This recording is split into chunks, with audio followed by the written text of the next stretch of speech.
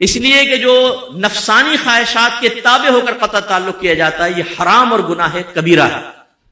اور اللہ تبارک و تعالی میدان محشر میں ایسے شخص کو جہنم میں ڈالے گا۔ حضرت ابو ہریرہ رضی اللہ تعالیٰ عنہ دعا فرمانے لگے تو فرمایا ہم میں کوئی ایسا تو نہیں بیٹھا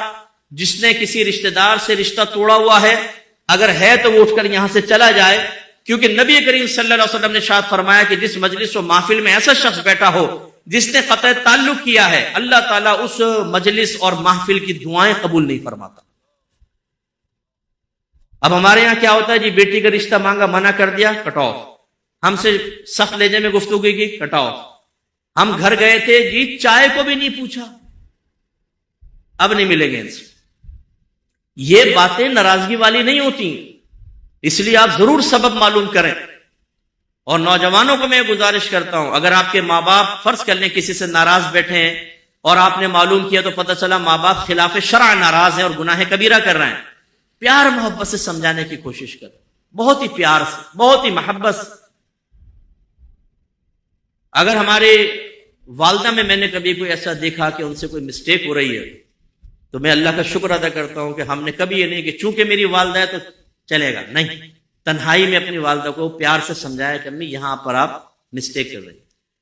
اور ہمیشہ نیت یہ رہی اور والدہ پہ اس کو ظاہر کر دیا کہ میں نہیں چاہتا ہوں کہ میدان معاشر میں کسی کی وجہ سے میری ماں کو اللہ تعالیٰ کھڑا کرے اور آپ کے نام اعمال سے نیکی نکال کر کسی کے نام اعمال میں ڈالی جائیں اور آپ کو دشمن میدان معاشر میں آپ کی بری حالت پر ہنسے۔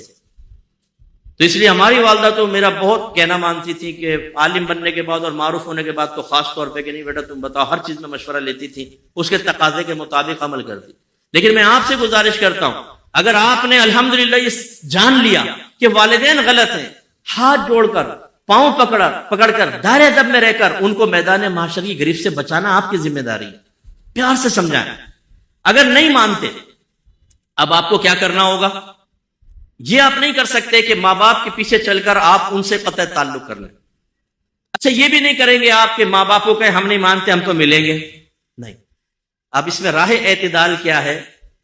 کہ یہ جو قطع تعلق کرنا ہوتا ہے نا، یہ ہے دل میں ناراضگی رکھ کر کسی سے دور ہونا۔ دو چیزیں، دور ہونا اور دل میں ناراضگی ہو، یہ دو چیزیں جمع نہ ہونے دیں۔ اگر ایک ہو دوسری نہیں ہو تو کوئی مسئلہ نہیں۔ دیکھیں بہت سارے لوگ باہر کے ملکوں میں چلے گئے، 10 سال سے وہیں پر ہیں، کتنے عرصے نہیں ملے، لیکن ناراضگی نہیں ہے، یہ قطع تعلق نہیں کہلائے گا۔ اور ایک ہے کہ آپ کسی سے دور ہیں لیکن قلبی ناراضگی نہیں ہے، یا ناراضگی ہے تو شرعی وجوہات کی بنا پر ہے، بالکل نہیں۔ تو اب آپ کو کرنا یہ ہے کہ اگر ماں باپ کہتے ہیں کہ بعض تو ماں باپ وصیت کر کے جاتے ہیں، دیکھ بیٹا وعدہ کر تو اپنے چاچا سے نہیں ملے گا، بالکل فلمی ڈائلاگ آخری ٹائم کے اندر جیسے وہ مرتے ہوئے کوئی باپ کہہ رہا ہو، بیٹا وعدہ کر مجھ سے تو نہیں ملے گا۔ اگر آپ وعدہ کر لیں گے تو نتیجہ کیا نکلے گا، آپ ایک حرام اور گناہ کبیرہ کا وعدہ کر رہے ہیں، وعدہ کرنا ہی گناہ ہے۔ تو آپ زمانی سی بات کریں، ابا جان آپ بے فکر رہیے، آپ میرے والد ہیں وہ میرے والد نہیں، آپ کا بیٹا ہوں، بالکل بے فکر رہیں۔ ابا خوش ہو گئے، اس کے بعد آپ ان سے مت ملیں، لیکن دل میں ناراضگی پیدا نہ کریں۔ آپ دل میں یہ رکھیں کہ نہیں، کبھی موقع ملے گا میں مل بھی سکتا ہوں، ملوں گا بھی، ماں باپ غلط میرے ناراض ہیں، ایسا نہیں ہونا چاہیے تھا، پھر آپ بعد میں ان کے وفات کے بعد مل سکتے ہیں۔ یہ بھی میں آپ کو ایک بس آخری بات عرض کر رہا ہوں، اگر ماں باپ غلط وصیت کر کے جائیں، ہم نے عوام کا ذہن یہ دیکھا، وہ کہتے ہیں کہ مفتی صاحب اگر ہم نے اس کے خلاف کیا ان کو قبر میں کتنی تکلیف ہوگی۔ کاش آپ نے دین سمجھا ہوتا، کاش آپ نے شریعت سمجھی ہوتی۔ جو کوئی غلط وصیت کر کے فوت ہوتا ہے نا تو اس کا انجام بھگت رہا ہوتا ہے۔ مثلا ایک نے آپ کو کہا بیٹا قطع رحمی کرنا، نہیں ملنا فلاں سے، آپ نے کہا ٹھیک ہے نہیں مل رہے، جب وہ قبر میں جائیں گے عذاب شروع ہو جائے گا قطع رحمی کی وجہ سے۔ اب مجھے بتائیں کہ اس مردے کو باہر نکال کے کہا جائے کہ ایک اور وصیت کر لو تو کیا کرے گا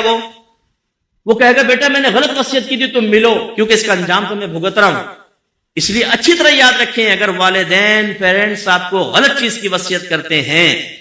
اور آپ ان کے خصوصی طور پہ مرنے کے بعد خلاف کرتے ہیں تو وہ بے چین نہیں ہوں گے، بلکہ وہ تو دعا دیں گے، اللہ تیرا شکر ہے کہ ہمارے بیٹے نے گناہ جاریہ کو ختم کر دیا۔